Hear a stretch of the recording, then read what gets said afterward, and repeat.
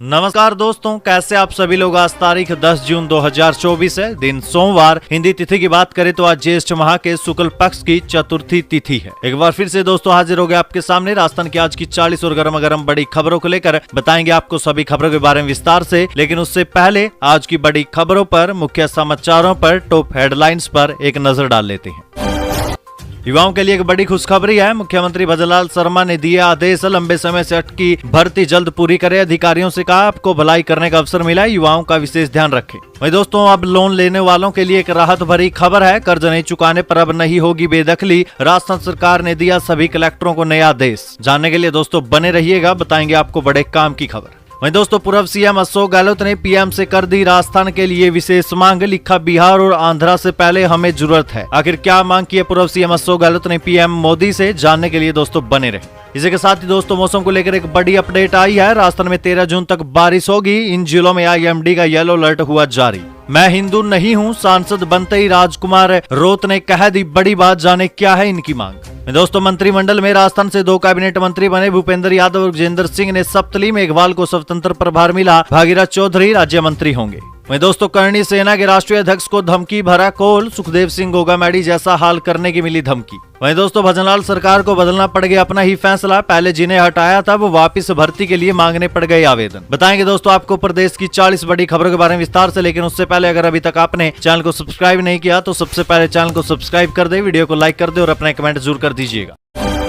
राजस्थान की आज की पहली और बड़ी खबर दोस्तों, मुख्यमंत्री भजनलाल शर्मा बोले लंबे समय से अटकी भर्तियां जल्द पूरी करें। अधिकारियों से कहा कि आपको भलाई करने का अवसर मिला है, युवाओं का विशेष ध्यान रखें। देखिए दोस्तों दिल्ली से जयपुर लौटने के साथ ही मुख्यमंत्री भजनलाल शर्मा ने छुट्टी के दिन अधिकारियों की बैठक बुलाई थी। इसमें उन्होंने प्रदेश में लंबे समय से अटकी भर्ती परीक्षाओं के साथ ही नई भर्ती परीक्षाओं को लेकर विभागवार अधिकारियों से फीडबैक लिया। इसके साथ ही उन्होंने भविष्य में आयोजित होने वाली भर्ती परीक्षाओं में ऑनलाइन सिस्टम डेवलप करने के भी निर्देश दिए हैं। बैठक में मुख्यमंत्री भजनलाल शर्मा ने अधिकारियों से कहा कि आपको जीवन में भलाई करने का अवसर मिला है, युवाओं के भविष्य में देरी न हो, इस बात का विशेष ध्यान रखें। बैठक में मुख्यमंत्री भजनलाल शर्मा ने प्रदेश के सभी प्रमुख चिवों और उनके विभाग में लंबित चल रही भर्ती परीक्षाओं का जल्द निराकरण करने के भी आदेश दिए। मुख्यमंत्री ने कहा कि प्रदेश के युवाओं को रोजगार के लिए ज्यादा इंतजार न करना पड़े, इस तरीके का सिस्टम डेवलप करना चाहिए। नई भर्ती परीक्षाओं के साथ ही ओरिएंटेशन प्रोग्राम भी शुरू होने चाहिए, इससे प्रदेश के युवाओं को सही राह मिल सकती है। नीट परीक्षा को लेकर सीकर में प्रदर्शन का ऐलान। कोचिंग संचालक बोले परीक्षा में हुई धांधली से 11 स्टूडेंट्स ने की आत्महत्या। दिल्ली में एनटीए का होगा घेराव। देखिए दोस्तों नीट परीक्षा में हुई धांधली को लेकर लगातार विरोध बढ़ता जा रहा है। प्राइवेट कोचिंग संचालक व छात्र संगठन परीक्षा दोबारा कराने व जांच की मांग कर रहे हैं। छात्र संगठन एसएफआई की ओर से आज सीकर में विरोध प्रदर्शन करने का ऐलान किया गया। एसएफआई के प्रदेश अध्यक्ष सुभाष जाखड़ ने प्राइवेट कोचिंग इंस्टीट्यूट में प्रेस वार्ता करते हुए कहा कि देश भर में एनटीए की ओर से 5 मई को नीट 2024 की परीक्षा आयोजित की गई थी, जिसका रिजल्ट 14 जून को जारी करना था, लेकिन रिजल्ट 4 जून को जारी कर दिया गया। इस परीक्षा में बड़े स्तर पर धांधली हुई और पेपर लीक भी हुआ है। इसके विरोध में छात्र संगठन एसएफआई आज यानी 10 जून को दिल्ली में स्थित है एनटीए के ऑफिस के बाहर उग्र विरोध प्रदर्शन करेगी। वहीं दोस्तों एक कोचिंग संस्थान इन्फिनाइट के डायरेक्टर निशाद खान ने कहा कि नीट के एग्जाम में अपने लोगों को फायदा पहुंचाने के लिए बड़े स्तर पर धांधली हुई, जिससे मजदूर, गरीब और किसानों के बच्चों पर गहरा प्रभाव पड़ा है। नीट का रिजल्ट आने के बाद करीब 11 बच्चों ने तो आत्महत्या तक कर ली। इसलिए मांग करते हैं कि सरकार को इस पर गहनता से विचार विमर्श करना चाहिए और सख्त नियम बनाने चाहिए। वहीं दोस्तों आपका इस पर क्या विचार है कि आप नीट परीक्षा को लेकर अभी भी असमंजस की स्थिति में है? क्या आपको भी लगता है कि इसमें धांधली हुई है? अगर हाँ तो अपनी राय कमेंट सेक्शन में जरूर दे। अगर आप इसकी जांच की भी मांग करते हैं तो अपनी राय कमेंट सेक्शन में जरूर दे। पहली स्थानीय भाषा वागड़ी का तैयार हुआ शब्दकोश। हवाई जहाज को पांजरू और बोल को ढूठी पढ़ेंगे छात्र। देखिए दोस्तों राजस्थान के जनजातीय क्षेत्र के बांसवाड़ा और डूंगरपुर के छात्र हिंदी के साथ साथ अब अंग्रेजी और वागड़ी में भी पढ़ेंगे। आम बोलचाल की बोली को राजस्थान सरकार ने केंद्र की नई शिक्षा नीति के अंतर्गत शामिल करते हुए प्रदेश की पहली स्थानीय बोली वागड़ी का शब्दकोश तैयार कराया है। मनाई गई महाराणा प्रताप जयंती। 100 करोड़ रुपए लगाकर महाराणा प्रताप टूरिस्ट सर्किट बनाएगी सरकार। देखिए दोस्तों, बीते दिनों महाराणा प्रताप जी की जयंती थी। राजस्थान सरकार ने घोषणा कर दी है कि वो उदयपुर में अब 100 करोड़ की लागत से महाराणा प्रताप टूरिस्ट सर्किट का विकास करेगी। राजस्थान के मुख्यमंत्री भजनलाल शर्मा ने कहा कि महाराणा प्रताप के संदेश को पूरी दुनिया तक पहुंचाना हमारा लक्ष्य है और इस दिशा में 100 करोड़ रुपए की लागत से महाराणा प्रताप टूरिस्ट सर्किट विकसित किया जा रहा है। शर्मा ने उदयपुर में महाराणा प्रताप जयंती समारोह का उद्घाटन करते हुए ये बातें कही थी। वहीं भजनलाल शर्मा ने मीडिया से बातचीत के दौरान भी कहा कि महाराणा प्रताप न केवल राजस्थान और भारत अपितु पूरी दुनिया के लिए एक प्रेरणा का स्रोत है। उनकी वीरता, शौर्य और देशभक्ति को काल और भौगोलिक सीमाओं में नहीं बांधा जा सकता। महाराणा प्रताप के जीवन से विषम परिस्थितियों में भी पीछे नहीं हटने तथा सदैव सत्य, धर्म और राष्ट्रहित के मार्ग पर चलने की प्रेरणा मिलती है। शर्मा ने कहा कि महाराणा प्रताप के संदेश को पूरी दुनिया तक पहुंचाना ही हमारी सरकार का लक्ष्य है और इस दिशा में 100 करोड़ रुपए की लागत से महाराणा प्रताप टूरिस्ट सर्किट विकसित किया जा रहा है। एक्शन मोड में आई भजनलाल सरकार, आम लोगों की परेशानी को लेकर लिया ये बड़ा फैसला। देखिए, लोकसभा चुनाव की आचार संहिता हटने के बाद भजनलाल सरकार एक्शन मोड में है। राजस्थान में भीषण गर्मी के बीच सीएम शर्मा ने एक बड़ा फैसला लिया। सीएम ने प्रदेश में हर घर तक शुद्ध पानी पहुंचाने का लक्ष्य रखा। इसके लिए अधिकारियों को निर्देश दिए हैं। बैठक खत्म होने के बाद मुख्यमंत्री शर्मा और जलदाय मंत्री कन्हैयालाल चौधरी दिल्ली के लिए रवाना हो गए थे, जहाँ पर वे पीएम मोदी के साथ शपथ ग्रहण समारोह में भी शामिल हुए। वहीं सीएम भजनलाल शर्मा ने कार्यालय में जल जीवन मिशन के क्रियान्वयन व प्रगति को लेकर अधिकारियों की बैठक ली थी। इस दौरान संबंधित अधिकारियों को आवश्यक दिशा निर्देश भी दिए थे। मीटिंग में सीएम भजनलाल शर्मा ने कहा था कि प्रदेश में भीषण गर्मी के बीच लोगों को पीने के पानी की समस्या का सामना करना पड़ रहा है। पेयजल व्यवस्था के लिए अधिकारी हमेशा तत्पर रहे। मीटिंग में जलदाय मंत्री कन्हैयालाल चौधरी, सीएस सुधांशु पंत, सीएस वित्त अखिल अरोड़ा सहित जलदाय विभाग के अधिकारी मौजूद थे। कर्ज नहीं चुकाने पर अब नहीं होगी बेदखली, राजस्थान सरकार ने दिया सभी कलेक्टरों को नया आदेश। देखिए दोस्तों, एक बड़ी खबर भी है और यहाँ यूं कहूं कि एक अच्छी खबर भी है, क्योंकि ये खबर कर्जदारों के लिए राहत की सांस की तरह। क्योंकि दोस्तों, स्वयं या परिवार के किसी सदस्य के गंभीर रोगी होने के कारण अगर कोई कर्जदार कर्ज नहीं चुका पा रहा है, कर्ज की किस्त नहीं चुका पा रहा है और परिवार को बेदखली का खतरा सता रहा है, तो ये खबर आपके लिए है। ये खबर उन लोगों के लिए जिन्होंने कर्ज लिया हुआ है। ऐसे परिवारों के पास किस्त रिशेड्यूल करवाने और हर महीने किस्त के रूप में आंशिक राशि जमा करवाकर मुश्किल से बचने का विकल्प है। राज्य सरकार ने सभी कलेक्टरों से कहा है कि मुश्किल की घड़ी में फंसे परिवारों को इस विकल्प की जानकारी देकर उन्हें मानवीय आधार पर राहत दिलवाई। आयोजन विभाग ने हाल ही में रिजर्व बैंक व राज्य स्तरीय बैंकर्स कमेटी से बात करके गंभीर रोग के कारण कर्ज की किस्त नहीं चुका पाने पर घर से बेदखल हुए अजमेर के एक परिवार को राहत दिलाई। इस परिवार का न केवल मकान मुक्त करवाया है, बल्कि बैंक से इस परिवार को 10,000 रुपए भी दिलवाई। राज्य सरकार ने ऐसे परिवारों को राहत दिलाने के लिए कलेक्टरों को दिशा निर्देश जारी कर दिए हैं। इसमें कहा गया है कि ऐसे परिवारों को विकल्पों की जानकारी देकर उनका खाता एनपीए होने और परिवार की बेदखली से बचाएं। दोस्तों, जिन लोगों को नहीं पता कि एनपीए क्या होता है, देखिए, कर्ज की लगातार 3 किस्त नहीं भरने पर खाता एनपीए में चला जाता है, जिससे ऐसे व्यक्ति को बैंक से कर्ज मिलने में परेशानी हो जाती है, या यूं कहूं कि आपका जो क्रेडिट स्कोर होता है वो खराब हो जाता है। मैं दोस्तों आपको एक बार फिर बता देता हूं, यदि आप हर महीने कर्ज की बड़ी किस्त चुकाते और अचानक आर्थिक तंगी के कारण उसे चुकाने में आप असमर्थ, आपको मुश्किल हो रही है, तो आप किस्त को रिशेड्यूल करवा सकते हैं। यहाँ तक कि किस्त की आंशिक राशि जमा करवा कर खाता एनपीए होने से भी बचा सकते हैं। इस खबर को जितना हो सके अपने दोस्तों, रिश्तेदारों और सभी के साथ शेयर कीजिएगा, ताकि वो भी इस सूचना से अवगत हो जाएं, क्योंकि बहुत कम लोगों को इस खबर के बारे में पता है। हनुमान बेनीवाल इंडिया गठबंधन का छोड़ेंगे, साथ मनाने के लिए कांग्रेस के दिग्गज का आया फोन, जाने क्या हुई बातचीत। देखिए दोस्तों, राजस्थान में लोकसभा चुनाव के परिणाम आने के बाद नागौर से इंडिया गठबंधन के टिकट पर चुनाव जीते हनुमान बेनीवाल ने कांग्रेस पर अपमान करने का आरोप लगाया था। उन्होंने इंडिया गठबंधन की दिल्ली में हुई बैठक में नहीं बुलाने पर भी नाराजगी व्यक्त की, जिसके बाद जवाब में कांग्रेस नेता केसी वेणुगोपाल ने दावा करते हुए कहा कि मेरी उनसे बातचीत हुई है और अब सब ठीक है। कांग्रेस के राष्ट्रीय महासचिव जयराम रमेश ने भी कहा कि बेनीवाल से बात हो गई है, सब कुछ ठीक ठाक है। वहीं दोस्तों, अब कई लोगों के मन में यह सवाल भी उठ रहा था कि हनुमान बेनीवाल अब इंडिया गठबंधन के साथ ही रहेंगे या वो एनडीए यानी कि बीजेपी के साथ चले जाएंगे। तो दोस्तों, इस पर भी बेनीवाल ने कहा था कि बाड़मेर से कांग्रेस नहीं, वहां से आरएलपी जीती है। जब मीटिंग में मुझे बुलाया नहीं गया तो मैं कैसे मानूंगा कि मैं इंडिया गठबंधन का हिस्सा हूं। हालांकि उनका कहना था कि मैं भाजपा के साथ नहीं जाऊंगा, इंडिया गठबंधन के साथ रहूंगा। इस बात को कई लोगों ने ये सोच लिया था कि हनुमान बेनीवाल अब एनडीए के साथ जाने वाले हैं, लेकिन ऐसा नहीं है दोस्तों, वो इंडिया गठबंधन के साथ ही रहेंगे।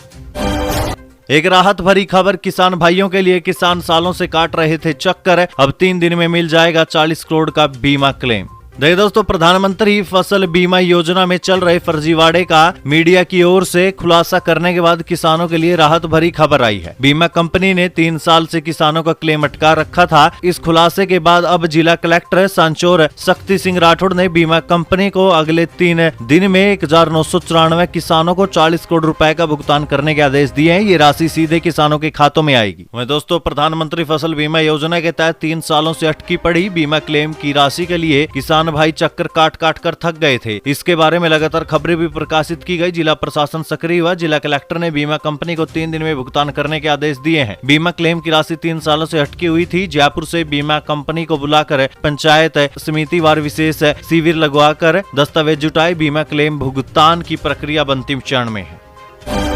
पूर्व सीएम गहलोत ने होने वाले पीएम से कर दी राजस्थान के लिए ये विशेष मांग, लिखा बिहार और आंध्रा से पहले हमें जरूरत। देखिए दोस्तों, पीएम नरेंद्र मोदी ने कल तीसरी बार पीएम पद की शपथ ली। देश ही नहीं, दुनिया भर के लोग पीएम मोदी को बधाई दे रहे हैं। राजस्थान से पूर्व सीएम अशोक गहलोत ने भी पीएम पद के लिए मोदी को बधाई दी, लेकिन इसके साथ ही उन्होंने एक मांग भी रख दी राजस्थान के लिए। देर रात सोशल मीडिया के जरिए अपनी ये मांग होने वाले पीएम को भेजी गई थी, जिसमें पूर्व सीएम अशोक गहलोत ने लिखा था कि श्री नरेंद्र मोदी जी पीएम पद के लिए शपथ लेंगे। मीडिया की खबरों से लगता है कि इस सरकार की स्थिति कमजोर होने के कारण बिहार और आंध्र प्रदेश को विशेष राज्य का दर्जा मिलने वाला है। मैं आपको बताना चाहता हूं कि विशेष राज्य के दर्जे का या केंद्र सरकार के विशेष ध्यान की सबसे पहली आवश्यकता राजस्थान को है, क्योंकि हमारा राज्य सबसे बड़ा रेगिस्तानी राज्य है। पूरे राज्य में केवल एक छोटे से हिस्से में साल भर बहने वाली नदी और भौगोलिक स्थितियां चुनौतीपूर्ण है। राजस्थान का क्षेत्रफल देश का 10% है, परंतु पानी केवल 1%। हमारे यहाँ के गाँव के बीच दूरी इतनी ज्यादा है कि बिजली, पानी, सड़क समेत हर सर्विस की डिलीवरी के कॉस्ट बहुत अधिक है। उदाहरण के तौर पर यहाँ जल जीवन मिशन में पानी के कनेक्शन लगाने का खर्च कहीं कहीं 20,000 रुपए से भी ज्यादा है। हमारे यहाँ के कुछ जिलों का क्षेत्रफल तो देश के राज्यों से भी सबसे ज्यादा है। ऐसे में विशेष राज्य के दर्जे की हमारी पुरानी मांग कायम है। मैं मनोनीत प्रधानमंत्री श्री नरेंद्र मोदी से मांग करना चाहता हूँ कि विशेष राज्य के दर्जे का पहला हक राजस्थान का, इसको पूरा किया जाना चाहिए। दोस्तों, क्या आप भी पूर्व सीएम अशोक गहलोत की इस मांग का समर्थन करते हैं? अगर हाँ, तो अपनी राय कमेंट सेक्शन में दें। राजस्थान में 13 जून तक बारिश, इन जिलों में आईएमडी का येलो अलर्ट जारी। देखिए दोस्तों, राजस्थान में मौसम पूरे तरीके से बदल चुका है। प्रदेश में एक के बाद एक पश्चिमी विक्षोभ सक्रिय हो रहे हैं। पश्चिमी विक्षोभ सक्रिय होने से राज्य का मौसम सुहावना हो गया। राज्य में पिछले 14 घंटों में अधिकतम तापमान 43 डिग्री से नीचे दर्ज किया। वहीं सर्वाधिक तापमान 42.9 डिग्री करौली में दर्ज किया गया। वहीं दोस्तों, राजस्थान से पश्चिमी विक्षोभ होकर गुजरा है। तापमान में उतार चढ़ाव का दौर साफ साफ दिखाई दे रहा है और महसूस भी किया जा सकता है। मौसम केंद्र जयपुर ने येलो अलर्ट और ऑरेंज अलर्ट भी जारी कर रखा है। टोंक, दक्षिण पूर्वी जयपुर, दौसा, जैसलमेर, बाड़मेर जिलों के लिए ऑरेंज अलर्ट जारी है। इन सभी जिलों में मेघ गर्जन, ओलावृष्टि, तेज हवा के साथ ही बारिश होने की संभावना है। मौसम विभाग ने इसके बारे में जानकारी जारी कर दी है। अजमेर, भीलवाड़ा, उदयपुर, राजसमंद, चित्तौड़गढ़ जिलों के लिए येलो अलर्ट जारी किया गया है। इन सभी जिलों में मेघ गर्जन, तेज सतही हवा के साथ राजस्थान के ज्यादातर हिस्सों में 13 जून तक ही बारिश होने की संभावना है। भीषण गर्मी और तेज लू का सामना कर रहे लोगों को जून में राहत मिलने वाली है। शानदार बदलाव की वजह से तापमान में भी अच्छी खासी कमी देखने को मिल रही है। युवती को ऑनलाइन गेम में मिले 18 टास्क, खेलते खेलते खाते से 6,11,000 की रकम साफ। देखिए दोस्तों, जोधपुर के पाल रोड स्थित अमृत नगर में रहने वाली एक युवती से साथीरों ने टेलीग्राम टास्क पर गूगल रिव्यू के नाम पर ठगी करते हुए 6,11,000 रुपए ठग लिए। शुरुआत में कुछ मुनाफा देते रहे, फिर खाते से टास्क के नाम पर रकम डलवाते रहे। अब फोन बंद करने के साथ ही खाता भी फ्रीज कर दिया। पीड़ित ने देवनगर थाने में धोखाधड़ी की रिपोर्ट दी है। स्वास्थ्य विभाग की बड़ी कार्रवाई, 2 दिन में 30 लाख से भी अधिक के गरम मसाले सीज। देखिए, देश की नामी कंपनी सब्जी का जायका बढ़ाने के नाम पर गरम मसालों में पेस्टिसाइड व प्राणघातक केमिकल मिलाकर लोगों के स्वास्थ्य के साथ बड़ा खिलवाड़ कर रही है, जिसके बाद बाड़मेर स्वास्थ्य विभाग ने पिछले 2 दिनों में बाड़मेर जिले में कार्रवाई करते हुए बड़ी मात्रा में 30 लाख से भी ज्यादा रुपए का एवरेस्ट और एमडीएच कंपनियों के अलग अलग गरम मसाले जब्त करने की कार्रवाई की है। दोस्तों, अगर आप अपनी रसोई में सब्जी में जायका बढ़ाने के लिए नामी कंपनियों का गरम मसाला उपयोग में ले रहे हैं, तो आप अपने स्वास्थ्य के साथ भी खिलवाड़ कर मौत को बुलावा दे रहे हैं। राजस्थान सरकार ने 8 मई को विशेष अभियान चलाकर प्रदेश भर में गरम मसालों के सैंपल लिए थे। इस कार्रवाई में एवरेस्ट, एमडीएच सहित विभिन्न नामी कंपनियों के मीट, सांभर, सब्जी, चिकन, गरम मसाले सहित कई मसालों के सैंपल जांच में फेल हो गए। इन मसालों की जांच रिपोर्ट में इन मसालों में पेस्टिसाइड व प्राणघातक केमिकल की बड़ी मात्रा सामने आई है। इसके बाद स्वास्थ्य विभाग व राज्य सरकार ने इन कंपनियों को मार्केट में गरम मसालों के सारे माल को वापस लेने के निर्देश दिए थे।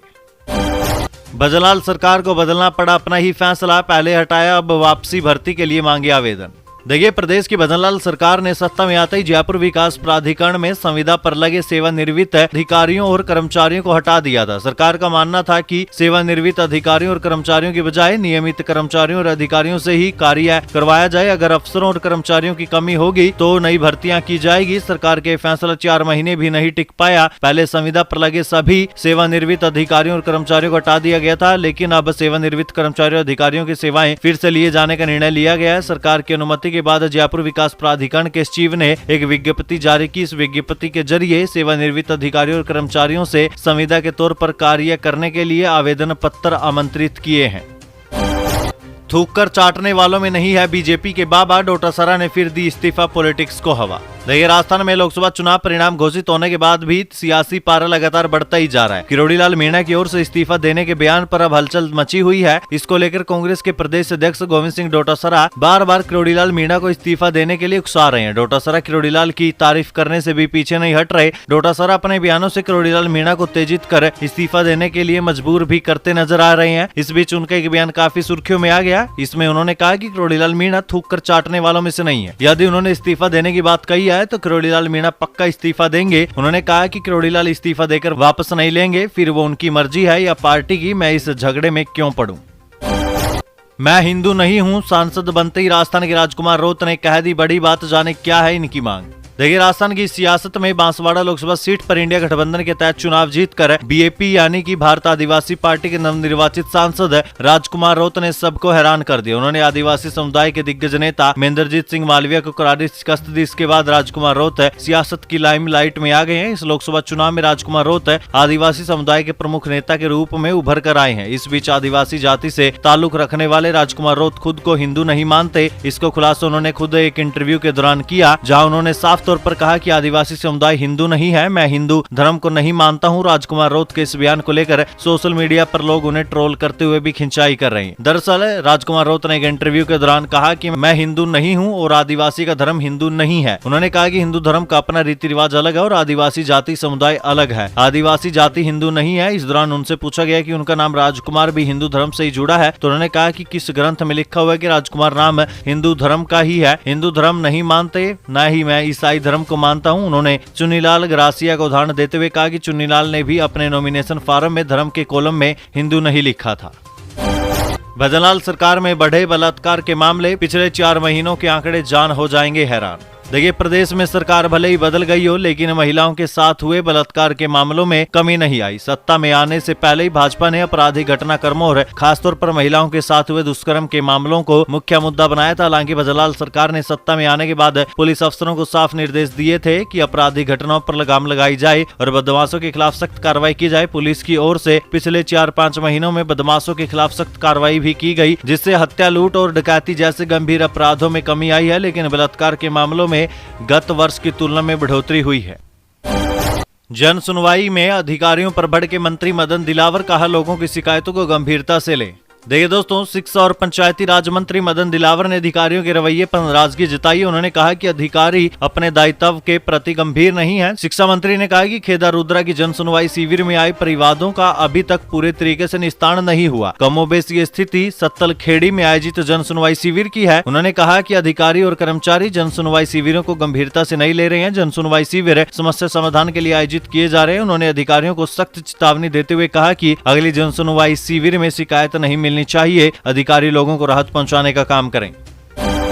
हीरालाल नागर बोले, बिजली उत्पादन में आत्मनिर्भर बनेगा राजस्थान, 225 लाख करोड़ का करेंगे निवेश। देखिए दोस्तों, प्रदेश में आज ऊर्जा विभाग की हालात बहुत खस्ता है। उत्पादन प्रसारण किसी क्षेत्र में भी काम नहीं हुआ। कांग्रेस सरकार ने 5 साल में कुछ काम नहीं किया, बल्कि भ्रष्टाचार कर ऊर्जा विभाग को कर्ज में डुबो दिया। ये कहना है प्रदेश के ऊर्जा मंत्री हीरालाल नागर का। भरतपुर दौरे पर आए ऊर्जा मंत्री हीरालाल नागर ने कहा कि अब प्रदेश में सौर ऊर्जा प्लांट, थर्मल प्लांट समेत पूरे ऊर्जा क्षेत्र में 225 लाख करोड़ रुपए का निवेश किया जाएगा। इसके लिए भजनलाल सरकार ने योजना तैयार कर ली है। उन्होंने यहाँ बिजली विभाग के संभागीय मुख्य अभियंता कार्यालय में बिजली आपूर्ति की समीक्षा बैठक भी ली।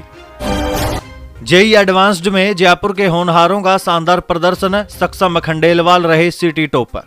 देखिए दोस्तों, देश की सबसे प्रतिष्ठित इंजीनियरिंग प्रवेश परीक्षा जेईई एडवांस्ड 2024 का परिणाम बीते दिन घोषित किया गया, जिसमें ऑल इंडिया 60वीं रैंक हासिल करने वाले जयपुर के सक्षम खंडेलवाल ने बताया कि उनके पिता का कंप्यूटर हार्डवेयर का बिजनेस है, इसलिए उन्होंने बहुत पहले ही सोच लिया था कि वो कंप्यूटर सॉफ्टवेयर तैयार करेंगे और 11वीं कक्षा से ही उन्होंने जेईई की तैयारी शुरू कर दी थी। सक्षम ने शुरुआती दिनों में 10 घंटे नियमित पढ़ाई की और परीक्षा का समय आते आते पढ़ाई का समय भी बढ़ा दिया। इस दौरान सोशल मीडिया से भी दूरी बनाई। वहीं जो छात्र परीक्षाओं में असफल होकर आत्महत्या करने जैसे गलत कदम उठाते हैं, उन्हें मैसेज देते हुए सक्षम ने कहा कि सिर्फ आईआईटी ही सब कुछ नहीं है, आगे भी बहुत स्कोप है। यदि मेहनत करते रहेंगे तो कुछ न कुछ हासिल तो हो ही जाएगा। वहीं दोस्तों, जयपुर के सक्षम खंडेलवाल ने तो ऑल इंडिया 60वीं रैंक हासिल करते हुए सिटी टॉप किया है। वहीं श्रेया खंडेलवाल भी ऑल इंडिया 552वीं रैंक लेकर शहर में गर्ल्स टॉप पर रही है।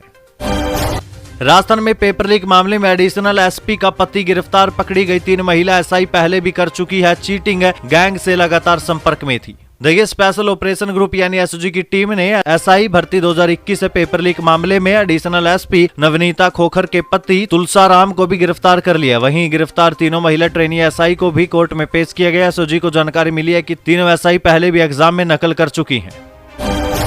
राजस्थान में भूपेंद्र यादव ने 23वें नंबर पर ली शपथ। जोधपुर मूल के अश्विनी वैष्णव भी मंत्रिमंडल में शामिल। भागीरथ चौधरी, गजेंद्र सिंह और अर्जुन राम ने भी ली शपथ। देखिए, एनडीए की नई सरकार में राजस्थान के 4 सांसद मंत्री पद की शपथ ले चुके हैं। इनमें बीकानेर सांसद अर्जुन राम मेघवाल, अजमेर से भागीरथ चौधरी, जोधपुर से गजेंद्र सिंह शेखावत और अलवर से भूपेंद्र यादव का नाम है। भागीरथ चौधरी पहली बार मंत्री बने। इन 4 चेहरों के अलावा राजस्थान में 5वां चेहरा अश्विनी वैष्णव का है। वैष्णव ओडिशा से राज्यसभा सांसद है और मोदी के दूसरे कार्यकाल में भी मंत्री रहे। वे मूल रूप से जोधपुर के रहने वाले हैं। झुंझुनू में 1131 किसानों पर सहकारी बैंकों का 3 करोड़ 66 लाख रुपया बकाया। राजस्थान में करीब 2 लाख किसान 30 जून तक चुका सकेंगे ब्याज मुक्त ऋण। देखिए, खरीफ सीजन में सहकारी बैंकों से ब्याज मुक्त कर्ज लेकर समय पर नहीं चुकाने वाले सैकड़ों किसान डिफॉल्टर घोषित हो जाएंगे। एपेक्स बैंक यानी कि the Rajasthan state cooperative bank limited ने किसान डिफॉल्टर घोषित न हो, इसके लिए बकाया ऋण चुकाने की तिथि 30 जून तक बढ़ा दी है। झुंझुनू जिले में 1131 किसानों पर 3 करोड़ 66 लाख रुपए का ऋण बकाया चल रहा है। प्रदेश में किसानों पर 635.02 करोड़ रुपए का फसली ऋण बकाया है। 1 लाख से भी ज्यादा ग्रीन जॉब्स दिए जाएंगे। जुलाई में ऑनलाइन और ऑफलाइन मोड पर जॉब फेयर होंगे। पर्यावरण संरक्षण पर होगा काम। देखिए, international society for life sciences और ग्रीन जॉब्स डिजिटल के बीच अगले साल में 1 लाख से अधिक ग्रीन जॉब्स प्रदान करने के लिए एमओयू किया गया है। इसके लिए जुलाई से प्रत्यक्ष और ऑनलाइन मोड पर मेगा जॉब ड्राइव शुरू की जाएगी। इन जॉब्स में महिलाओं और ग्रामीण क्षेत्र के उम्मीदवारों को प्राथमिकता दी जाएगी। इस दौरान हेलो किसान के सभागार में पर्यावरण संरक्षण के लिए महामंथन परिसंवाद का आयोजन भी किया जाएगा। कार्यक्रम में देश विदेश के वैज्ञानिक, सामाजिक कार्यकर्ता और विद्यार्थी ऑनलाइन और ऑफलाइन दोनों माध्यम से शामिल हुए। ज्यादातर नए सरकारी स्कूल सिर्फ कागजों में। 2 साल पहले 64 स्कूल मंजूर। शहर में 21 9 खुले नहीं, 12 में शिक्षक नहीं, कर्मियों के घरों में चल रहे कई। देखिए दोस्तों, कांग्रेस के शासन में मंजूर किए गए ज्यादातर नए सरकारी स्कूल कागजों में ही चल रहे हैं। ये स्कूल 2 साल बाद भी शुरू नहीं हो पाए हैं। जो स्कूल शुरू हुए उनमें से कुछ सरकारी कर्मचारियों ने अपने घरों में ही खोल डाले। बीकानेर जिले में वर्ष 2022-23 में 64 नए प्राथमिक स्कूल मंजूर हुए थे। ग्रामीण क्षेत्र में स्वीकृत हुए सभी स्कूल खुल गए, जबकि शहरी क्षेत्र में स्वीकृत 21 में से 9 स्कूल 2 साल बाद भी बंद पड़े हैं। खुले हुए कुछ स्कूल ऐसे मोहल्ले और गलियों में हैं जहां शिक्षा विभाग के अधिकारी ही अब तक नहीं पहुंच सके। भारत पाकिस्तान सीमा पर एसओजी और पुलिस ने 15 करोड़ की हीरोइन की जब्त, 3 तस्कर गिरफ्तार। देखिए दोस्तों, श्री गंगानगर जिले की भारत पाक सीमा क्षेत्र में एसओजी और पुलिस ने बड़ी कार्रवाई की है। पुलिस ने 3 किलो हीरोइन बरामद किया है। इस कार्रवाई को अनूपगढ़ जिले के एसपी रमेश मौर्य के निर्देशन में किया गया है, जिसमें 3 तस्करों गिरफ्तार किया गया है। बरामद की गई हीरोइन की कीमत अंतर्राष्ट्रीय बाजार में करीब 15 करोड़ रुपए है। करणी सेना के राष्ट्रीय अध्यक्ष को धमकी भरा फोन, सुखदेव गोगामैडी जैसा हाल करने की धमकी। देखिए, सुखदेव सिंह गोगामैडी हत्याकांड के बाद राष्ट्रीय करणी सेना के राष्ट्रीय अध्यक्ष शिव सिंह शेखावत को भी जान से मारने की धमकी मिली है। जयपुर के चित्रकूट में महाराणा प्रताप जयंती समारोह के बीच शिव सिंह शेखावत के पास धमकी भरा कॉल आ गया था। इसके बाद शिव सिंह ने तुरंत पुलिस को सूचना दी, जिसके बाद पुलिस के आला अधिकारी मौके पर पहुंचे और कार्यक्रम को बंद करवाया। मंच पर शिव सिंह को उनके संबोधन के बाद कॉल पाकिस्तानी नंबर से आया था और उन्हें 1 सप्ताह में मारने की धमकी भी दी है।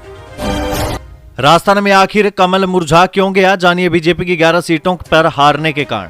देखिए दोस्तों, राजस्थान में बीजेपी के 11 सीटों के हारने के पीछे के कुछ कारण है, जैसे कि राज्य के एक वरिष्ठ मंत्री ने चलते चुनाव के बीच बार बार इस्तीफा देने की धमकी देकर पार्टी को ही हास्यास्पद स्थिति में ला दिया था, लेकिन उन्हें रोकने वाला कोई नहीं था। 10 साल राज्य की मुख्यमंत्री वसुंधरा राजे का राज्य में जिस तरीके का उपयोग किया जाना चाहिए था, शायद नहीं किया गया। सबसे अहम सवाल यह है कि पहली बार संघ भाजपा के लिए हमेशा की तरह खुलकर मैदान में आखिर उतरा क्यों नहीं? संघ के पर्दे के पीछे से सक्रिय न होने के कुछ तो कारण रहे होंगे। इन कारणों का ईमानदारी से विश्लेषण किए बिना हार की जमीनी सच्चाई का कारण नहीं मिलेगा। हार के कारण और हार के लिए जिम्मेदार लोगों की पहचान भी करनी होगी। सिर्फ मोदी के नाम के सहारे चुनावी वैतरणी पार करने की मानसिकता से भी ऊपर उठना होगा। अभी नगर निकाय और पंचायतों के चुनाव आने वाले हैं। अगर समय रहते भाजपा नहीं संभली तो फिसलन और गहरी हो सकती है।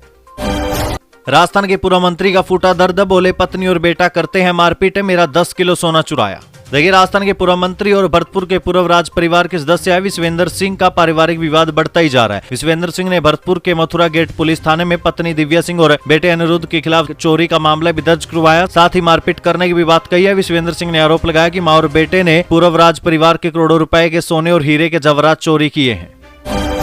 फैक्ट्रियों के दूषित पानी से नीली पड़ी बाड़ी नदी, अच्छा दिखाने नदी में जेसीबी चलवा रहे, दागों को मिटाने में जुटा सीईटीपी। देखिए, पाली के बाड़ी नदी में चोरी छुपे फैक्ट्रियों का रंगीन पानी छोड़ा जा रहा है। बाड़ी नदी की जमीन और नेहड़ा बांध तक नीला पड़ चुका है। जयपुर से जांच के लिए प्रदूषण नियंत्रण मंडल की टीम आने वाली है। उन्हें सब कुछ अच्छा दिखाने के लिए सीईटीपी ट्रस्ट की ओर से बाड़ी नदी में प्रदूषित पानी से नीली पड़ी जमीन को साफ करने के लिए पिछले 4 दिनों से जेसीबी चलवाई जा रही है। शिक्षा विभाग ने फिजूल खर्ची पर रोक लगाने का लिया निर्णय। अफसरों का पगड़ी व प्रणा से नहीं होगा स्वागत है। विभाग ने स्मृति चिन्ह व गुलदस्ते पर भी लगाई रोक। देखिए, शिक्षा विभाग ने अधिकारियों की बैठकों और सरकारी दौरे पर होने वाली फिजूल खर्ची पर रोक लगाने का निर्णय लिया है। शिक्षा निदेशक आशीष मोदी ने आदेश जारी कर दिया है। अब कोई भी अधिकारी सरकारी दौरे कार्यक्रम में स्वागत में न तो पगड़ी पहनाएगा और न ही उपरणा लेगा। साथ ही गुलदस्ता और स्मृति चिन्ह लेने पर भी रोक लगाई गई है।